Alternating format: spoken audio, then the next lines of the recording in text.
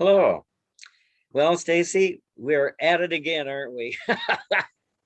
So this time it's Vajrayogini and witness consciousness and how they are related to each other, and how the goddess, in particular, Vajrayogini, cuts through all the illusions, cuts through all the obstacles, and to the other side where witness consciousness brings us.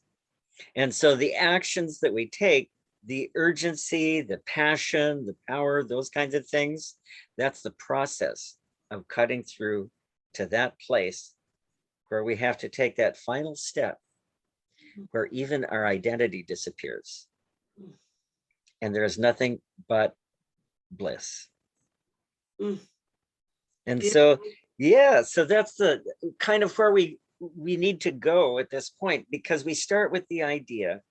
And I know, Stacy, that you've talked about this quite a lot, and I'm going to, hand it over to you in just a sec. But one of the things that I think is particularly important when it comes to the practice of witness consciousness, I misunderstood witness consciousness because I did it from a perspective of dualism.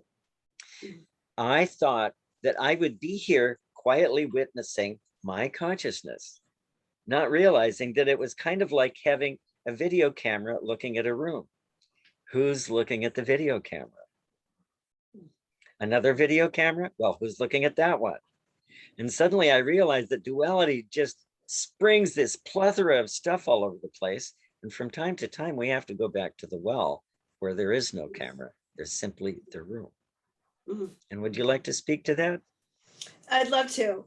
And my tradition, Vajrayogini is part of it as well. And my teacher always called it self-observation.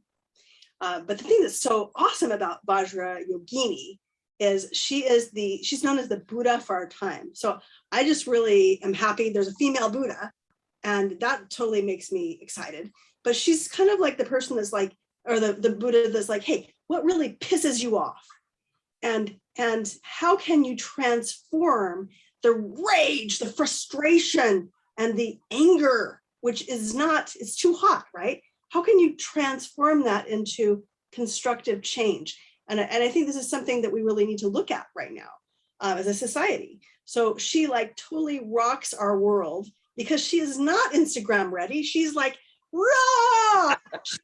She stands up for what she believes in. So, or shows us how to, and she's all about setting boundaries and really cutting away the bullshit that is not our authentic self. That is the essence of Vajrayogini. She reminds us that everything in the phenomenal world is non-dual. We are all one, and that we should actually make friends with our ego. So I love it. Hey, can you talk to us a little bit about the origins of Vajrayogini, Kirby? Like, where did Sure. the come from? Vajrayogini and Chinnamasta are closely related.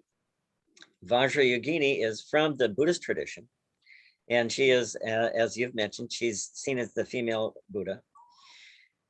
She's represented in a way that I think has a lot of signals on what we should look for in our meditation.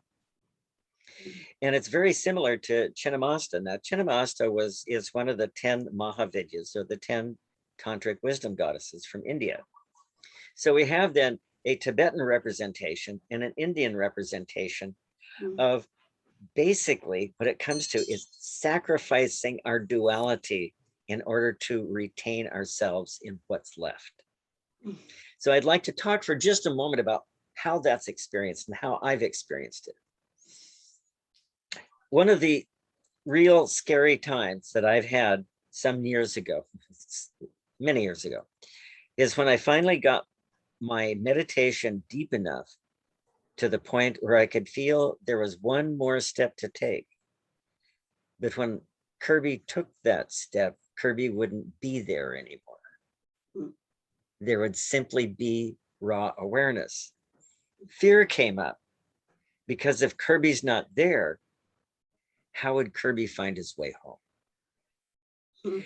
And so I had to trust that wasn't going somewhere else.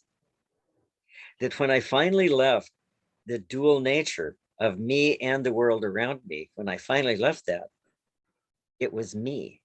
It was still me, but a kind of me that no ego, no name, no person can encompass. There was simply being. There was not even observing. There was simply being.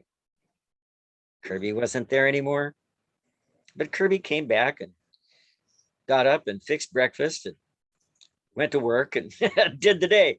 But that moment was, for me, such a clear moment when I finally understood by experience, not by symbols or words or any of that, by experience, that you have to let go of the fact that you are even there in order to arrive.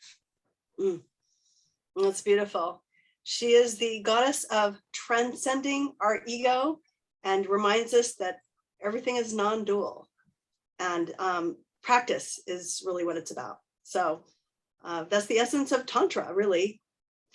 So yes, we invite you to learn more about Vajrayogini, and you can ask these goddesses for help. She's supposed to be the goddess that turns chaos into effective action. So call upon her. She's basically sort of the goddess for degenerate times. So she's a wonderful goddess to get acquainted with, and we invite you to check her out. Thanks for absolutely. Okay, well, thank you for this moment. It's really been a treat. See you again soon, my dear.